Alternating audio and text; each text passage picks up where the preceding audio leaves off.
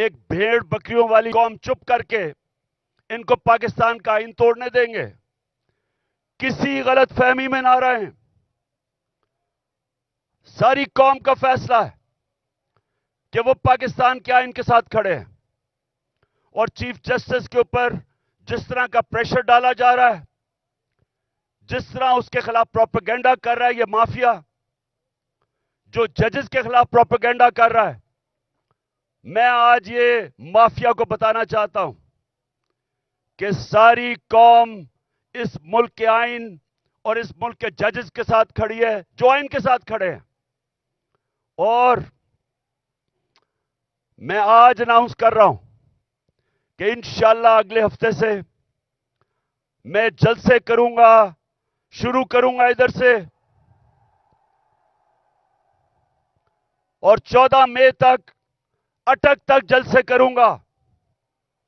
میں پبلک میں نکلوں گا، عوام کو تیار کروں گا، اور عوام کو تیار کروں گا کہ ہم کسی صورت یہ جو 2 کیئر ٹیکر پنجاب میں گورنمنٹ اور پختونخوا میں جن کا مدت ختم ہو چکی ہے، ان کی کوئی قانونی حیثیت نہیں ہے، ان کا جواز آج بالکل غیر قانونی ہے.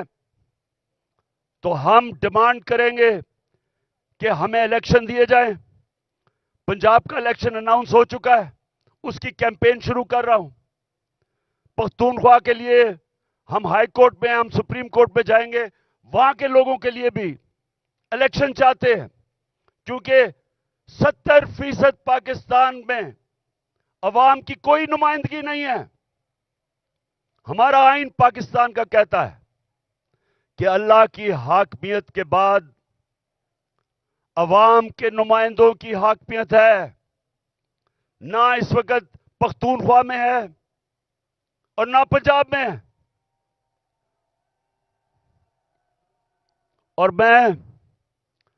میں آج ایک اور بات کہنا چاہتا ہوں کہ اگر یہ حکومت چلتی گئی، انہوں نے ملک کا دیوالیہ نکال دیا ہے، ملک کی تاریخ کی سب سے زیادہ مہنگائی کی ہے. آج 3 گنا مہنگائی ہے. جب جنرل باجوہ نے ہماری سازش کے تحت گورنمنٹ گرائی تھی، 1 سال میں 3 گنا مہنگائی ہے پاکستان میں. آج سن لو ذرا سارے پاکستانیوں، آپ کے بینک میں 1 سال پہلے جو 100 روپیہ تھا، آج وہ اس کی صرف خریدار کی قوت 62 روپیہ رہ گئی ہے. اور اگر جس کو کہتے ہیں، جو ہر انسان استعمال کرتا ہے، جس کو سینسٹیو پرائس انڈیکس کہتے ہیں، اس میں اگر 100 روپیہ تھا تو آج صرف 52 روپے رہ گئے. یعنی کہ تقریباً آدھا پیسہ ہو گیا آپ کا 1 سال کے اندر، جب سے یہ امپورٹڈ کرپٹ لوگوں کی حکومت آئی ہے، این آر او والی حکومت آئی ہے. تو جب انہوں نے ملک کا دیوالیہ نکال دیا، تاریخی قرضے لے لیے، مہنگائی میں لوگ ڈوب رہے ہیں، فیکٹریاں، انڈسٹری بند ہو رہی ہے، بے روزگاری بڑھ رہی ہے، اور اس کے علاوہ دنیا میں پاکستان ذلیل ہو رہا ہے. جو بلاول بھٹو ہندوستان گیا ہے، جس طرح کا وہاں رویہ ہندوستان کے فارن منسٹر کا تھا، یہ ہم سب کے لیے شرمندگی کا باعث ہے. سوال یہ پوچھتے ہیں کہ ساری دنیا کے چکر لگا رہے ہو بلاول بھٹو، پہلے بتاؤ جانے سے پہلے آپ یہ کسی سے پوچھتے ہیں کہ جب آپ ایک ملک کا پیسہ خرچ کر رہے ہیں، ڈالر خرچ کر رہے ہیں ٹرپس پہ، تو اس کا فائدہ اور نقصان کیا ہوگا؟ کیا فائدہ ہوا آپ کو ہندوستان میں جا کے، جس طرح کا اس نے زبان استعمال کی ہے؟ اور میں آج ہندوستان کے فارن منسٹر کو بھی کہنا چاہتا ہوں کہ کیا آپ میں کوئی تہذیب نہیں؟ کیا آپ میں کوئی ایٹیکیٹ نہیں کہ ہمارے آپ کے ملک میں ایک مہمان آتا ہے، یا تو اس کو بلائیں نا، لیکن بلا کے اس طرح ذلیل کرنا یہ ہندوستان پہ ریفلیکٹ کر رہا ہے. یہ آپ کا جو تکبر ہے، میں نے یہ جو تکبر آپ میں دیکھ رہا ہوں، یہ یاد رکھیں کہ اللہ کا قانون ہے کہ جو طاقتور ہے وہ ہمیشہ طاقتور نہیں رہتا، اور جو کمزور ہے وہ کمزور بھی ہر باری نہیں، ہر وقت نہیں رہتا. انشاءاللہ ہمارا ملک اٹھے گا اور قانون کی حکمرانی کے اوپر ہم کھڑا کریں گے، رول آف لا پہ اس قوم کو کھڑا کریں گے اور انشاءاللہ ایک عظیم ملک بنائیں گے. لیکن اس سے پہلے ملک میں الیکشن کی ضرورت ہے. اس ملک میں الیکشن ہو، عوام کے نمائندے اوپر آئیں. یہ جو گھس بیٹھی ہے سازش کے تحت، پیسے چوری کے پیسے سے لوگوں کو خرید کے، اور یہ جو اوپر آ کے بیٹھے ہیں، یہ جب تک ہے ملک نیچے جاتا رہے گا. یہ جو جنرل باجوہ نے تحفہ دیا ملک کو، جو اس ملک کو تباہی، جو جنرل باجوہ نے ملک سے کیا ہے، کوئی دشمن بھی نہیں کر سکتا تھا. کوئی دشمن ایک سال میں پاکستان کو وہ نقصان نہیں پہنچا سکتا تھا جو جنرل باجوہ پہنچا کے گیا. اور یہ جو شہباز شریف ہے، میں سے سوال پوچھتا ہوں کہ تم برطانیہ کیا کر رہے ہو؟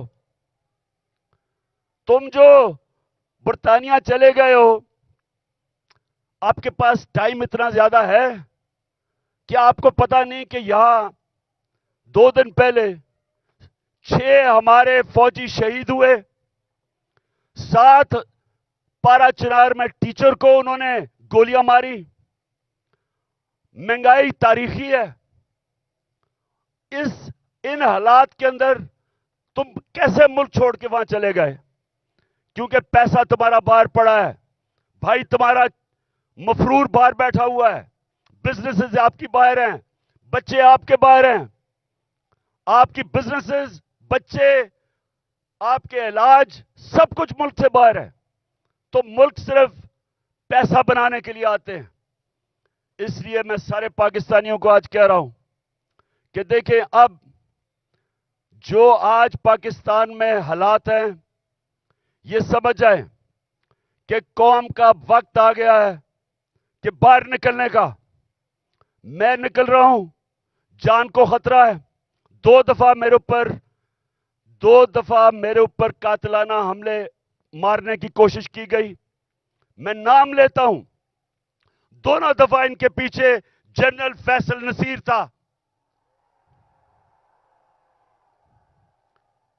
مجھے بھی اس نے مارنے کی کوشش کی، اور یہ پیچھے تھا جو تشدد ہوا اعظم سواتی پہ، اس کے پیچھے بھی یہی تھا. ارشد شریف کے قتل کے پیچھے بھی یہی تھا. اور مجھے نہیں سمجھ آ رہی کہ ایک بلاول بھٹو کے کہنے پہ جنرل باجوہ نے کراچی کے اندر ایک sector in charge I S I کا تبدیل کر دیا. ہم یہاں 1 سال 8 مہینے سے اس آدمی کا ظلم سہ رہے ہیں.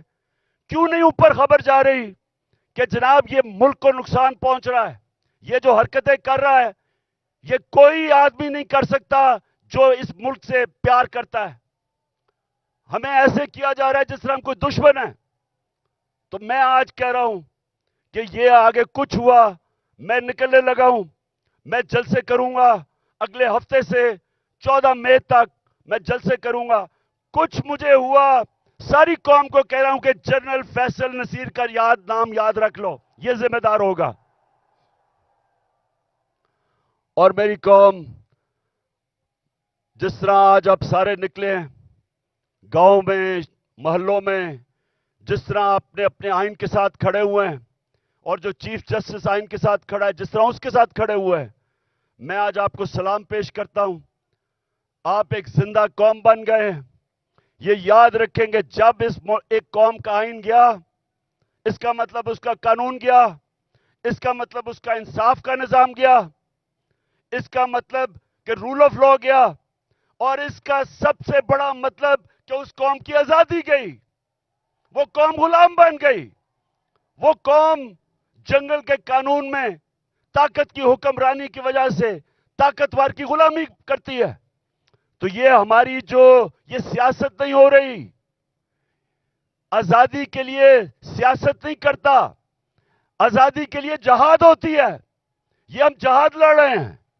ہم اپنے ملک کو آزاد کرنے کے لیے، قانون کی حکمرانی قائم کرنے کے لیے ہم سب جہاد لڑ رہے ہیں. اور آپ نے اب میرے ساتھ چل رہے ہیں.